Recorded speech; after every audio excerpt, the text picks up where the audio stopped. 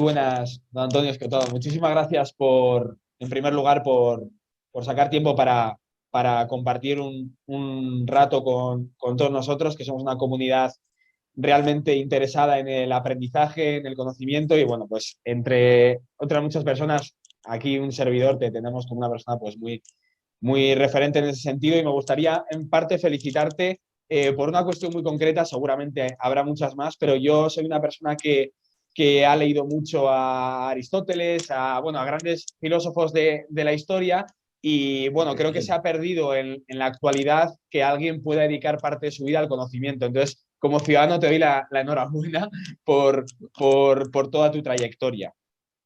Ajá. Es verdad, y además hay como una pereza de leer a los verdaderamente amenos, a los grandes.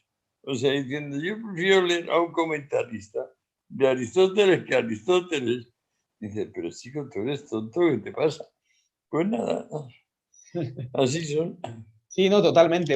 Una renuncia casi a acudir a las fuentes primarias o a las obras clásicas, que son las que realmente te van a hacer aprender, porque lo otro estará ya muy sesgado por el propio divulgador.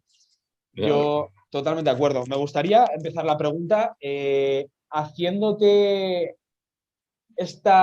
bueno, la siguiente cuestión relacionada con tu obra, digamos, dividida en 3 tomos, que Los enemigos del comercio. Me gustaría preguntarte si ha supuesto para ti una propia investigación interior y personal para saber tu propia ideología. Claro. Es que fíjate que es un libro donde yo voy hallazgo por hallazgo comunicándoselos al lector. En esa medida, claro, es una colección de errores. Yo estaba equivocado y entonces se lo voy contando al lector. ¿Cómo demonios estaba equivocado? Porque lo estaba. O bien porque carecía de datos, o bien porque me los habían dado sesgados. La mayoría por esto segundo. Es decir, porque hay lo que Raymond Aron llamó la historia intelectual del mundo, que es una versión simplificada de Marx, de que progresamos por la lucha de clases. Y esto, bueno, han conseguido meterlo en primaria desde tiempos de Lenin, desde el año 17. Y claro, yo me formaba en eso, mis hijos en eso, tú que podías ser un nieto mío en eso, y tus nietos, como no, hagamos algo, se van a formar en eso. Y eso es pura y simplemente falso, unas veces por falta de datos y otras veces por mala fe. Es decir, porque se quiere contar las cosas desde una perspectiva que, bueno, podía haber ocurrido, pero no ocurrió. O sea, estamos manejando una historia que hubiéramos querido que fuese, pero que no ha sido. ¿Qué te parece? No, me parece básicamente todo ese proceso, quería ahondar un poco en él en el sentido de que es casi vivir que has creído completamente en algo y luego ir viendo durante un proceso bueno, tan largo a través de la documentación, a través de la propia investigación, tiene que ser por dentro una especie de catarsis, un proceso duro, imagino, ¿no? ¿O cómo lo has vivido a nivel interno? Tiene que ser algo Me duro, darte gusta que cuenta. me gusta que me hagas la pregunta, porque al principio, claro, resulta una contrariedad. Cuando te encuentras con que aquello no es como tú pensabas. Por ejemplo, la primera contrariedad que yo me encontré es, pero demonios, ¿no fue retrocediendo la esclavitud a medida que progresaba el cristianismo? Respuesta, no, no y no. ¿Y por qué? Pues por esto, por lo otro y por lo demás. Al principio, más o menos te duele, porque tú no estás preparado. Por ejemplo, tú estás preparado para decir que Marx a lo mejor estaba equivocado, o estuvo equivocado, pero nunca para decir que era un canalla sablista, mala persona que dejó morir a sus hijos de hambre y que citaba con mala fe a las personas, es decir, que le ponía y le quitaba un no a Adam Smith o a Gladstone o a Hume. Cuando les citaba, tú podías pensar todo menos eso. Y cuando luego te pones a verlo de cerca y te das cuenta que así es, pues claro, eso en principio es una bofetada que te llevas. Pero yo tuve la suerte de que me tocó como hacia 15 de los 60 años. Sí, 60 años. Y empecé a disfrutarlo como un hallazgo, como una alegría, como el decir, caramba, Antonio, ahora tu vida tiene sentido, ahora estás encontrando la realidad. Antes estabas moviéndote en la fantasía. Esto es lo tuyo. Y eso es lo que creo que hace del libro algo valioso para los lectores. Sí, Porque si el lector adopta esa actitud de complacerse con la bofetada, de decir que equivocado estaba, pues entonces está bien encaminado. y no solo el hecho de darte cuenta que igual estabas equivocado, sino el hecho de plantearte y decidir realizar una investigación sobre tu propio pensamiento. Eso quiere decir, por eso me refería al principio de darte también la enhorabuena, porque no quedan que yo conozca, al menos a nivel mediático, personas así, y realmente para los jóvenes que nos interesa el mundo del aprendizaje, que esto nos puede servir mucho de referencia también. Por eso me gustaría, a colación con lo que acabamos de comentar, porque mucha gente se pregunta ahora, y cuando digo mucha, es muchísima gente, la conclusión a la que ha llegado Antonio Escotado es que se considera, digamos, un socialdemócrata o un liberal.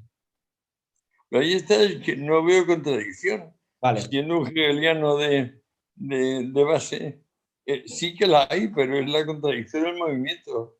O vale. sea, no va más allá de la de que el movimiento se muestra andando, por ejemplo. O sea, y no se puede uno aprender a nadar si no se mete en el agua, etcétera. De modo que no es lo mismo socialdemócrata que liberal, claro que no. Pero no lo vas a saber hasta que no estudies el siglo XIX y el siglo XVIII. Y ahí es donde vas a ver cómo los liberales antiguos eh, se distinguen de los socialistas posteriores en que, bueno, acuérdate, por ejemplo, el libro más claro en este sentido, a mi juicio, es el de la riqueza de las naciones, de Adam Smith, donde dice que la riqueza no es la acumulación de metálico. La riqueza es que haya muchas relaciones y que se produzcan rápidamente, porque en la velocidad del dinero está la creación real de riqueza. Hasta que tú entiendas eso, no entiendes la diferencia entre economía doméstica y economía política. Y si no entiendes la diferencia entre economía política, eh, vamos, si no entiendes la esencia de la economía política, pues vas a estar metido en un mundo de tópicos absurdos o mentiras, falacias, como por ejemplo la de Marx, de que el obrero se empobrece en relación directamente proporcional con la riqueza del burgués. Eso claramente es un embuste. Es un embuste tan fuerte como 2 y 2 son 5. Y sin embargo, date cuenta que lo dijo en 1867, 867, cuando redactó aquella cosa para la internacional, para la primera internacional.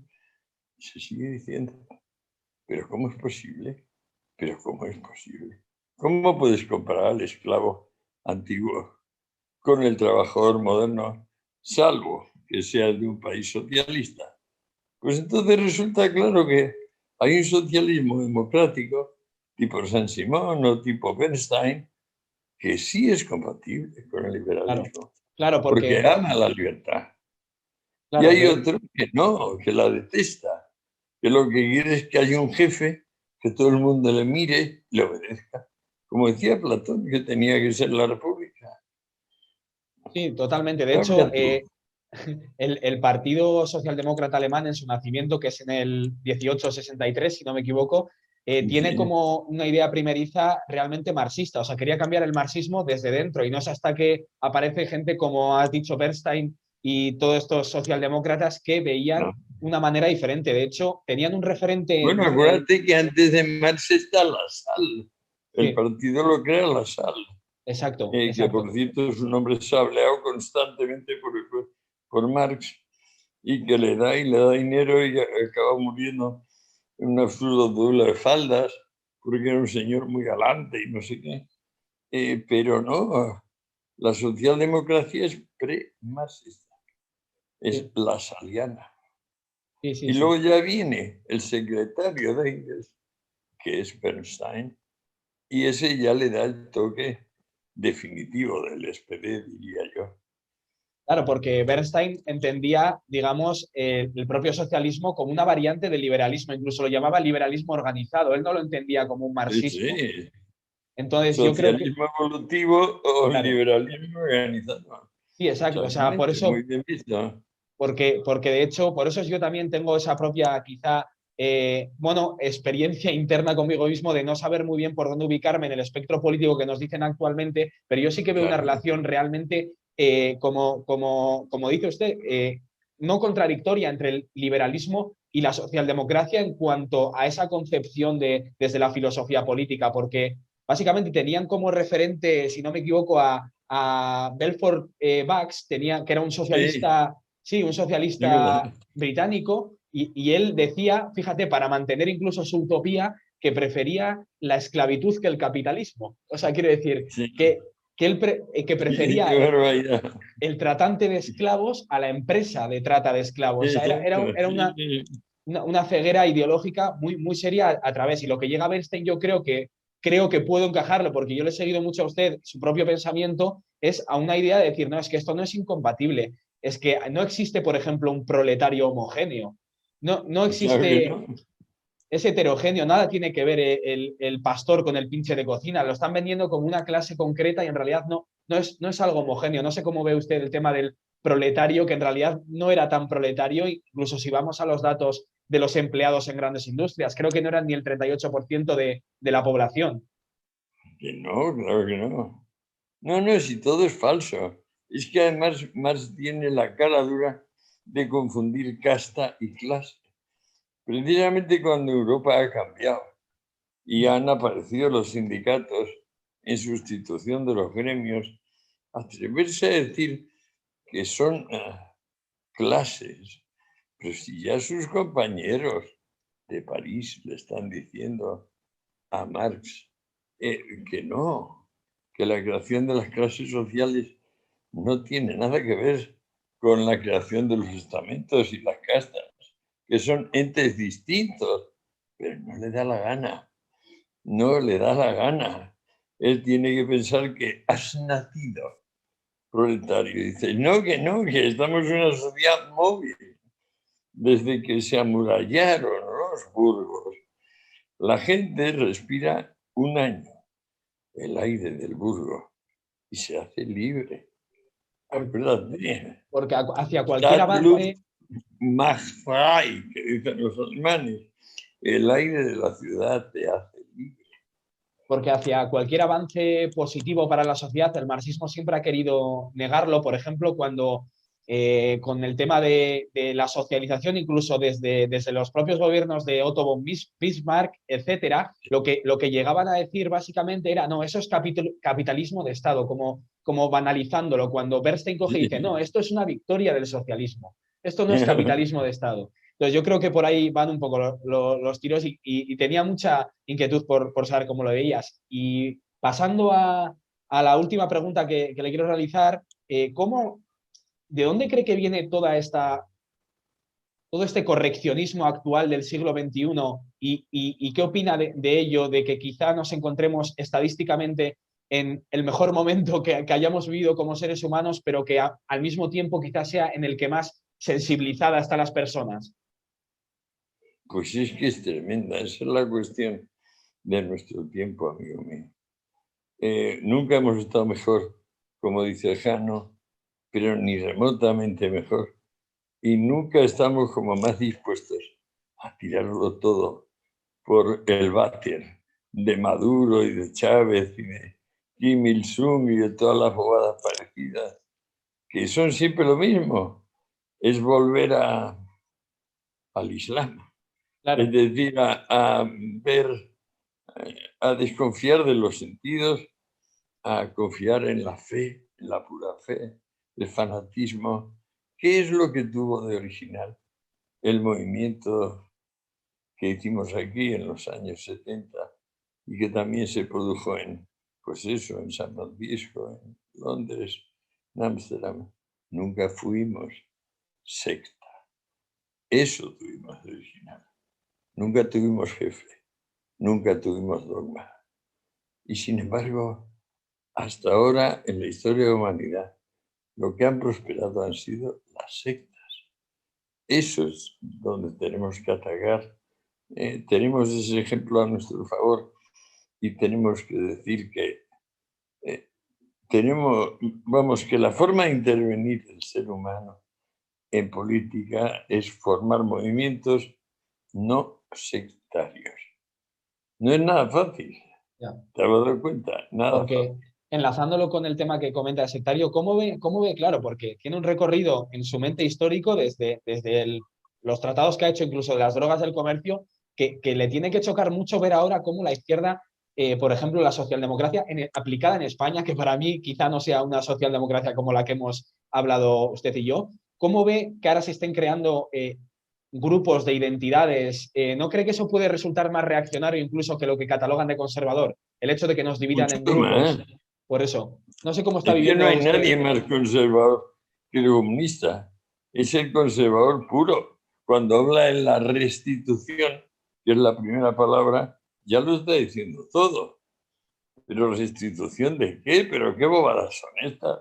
¿Le vas a permitir al ser humano que sea lo que hace en vez de lo que tú mandas? Pero ya está bien, ¿eh? Ya está bien de tonterías y de mandonerías. Ya está bien. Tanto hemos crecido que ahora tú y yo podemos hablar como si estuviéramos en la misma habitación sin estarlo. Y sin embargo que mentalmente sigamos diciendo idioteces, como que crisis global del capitalismo. ¿Pero qué capitalismo ni qué leches? Pues si no saben ni lo que dicen con esa palabra, lo que quieren decir es libertad o no libertad.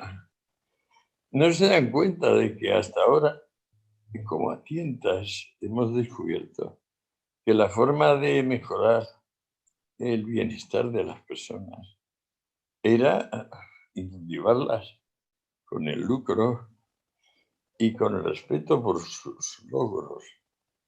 Pues no.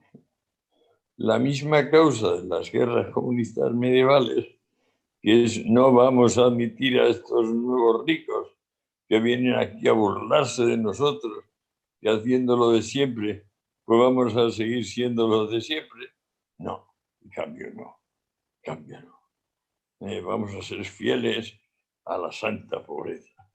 Pero ¿dónde ha habido una ideología más torpe, más hipócrita que esa? Por Dios, es que yo me lo he creído tanto.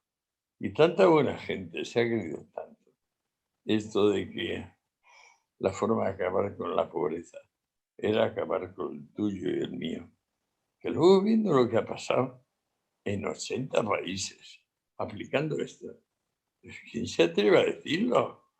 Los que no quieren saber lo que ha pasado en los 80 países, los que no quieren tener memoria, los que dicen como estos desvergonzados, por modernos, no me interesa la verdad, no me interesa la justicia, no me interesa la realidad, Es una no especie de me interesan en anticiencia, ¿no? general los discursos largos. Miserables, miserables. Nada, con Algún día esto, me gustaría hablar contigo de un tema concreto, te dime. propongo, para un próximo Zoom. Eutanasia. Vale, Vete preparando. vale, genial. ¿Eh? Genial, pues con esto yo creo que ha quedado perfecto. Agradecer también de nuevo tu tiempo y nada, nos vemos entonces en la próxima y me voy preparando para ese tema. Dale, Muchas un gracias. abrazo, querido.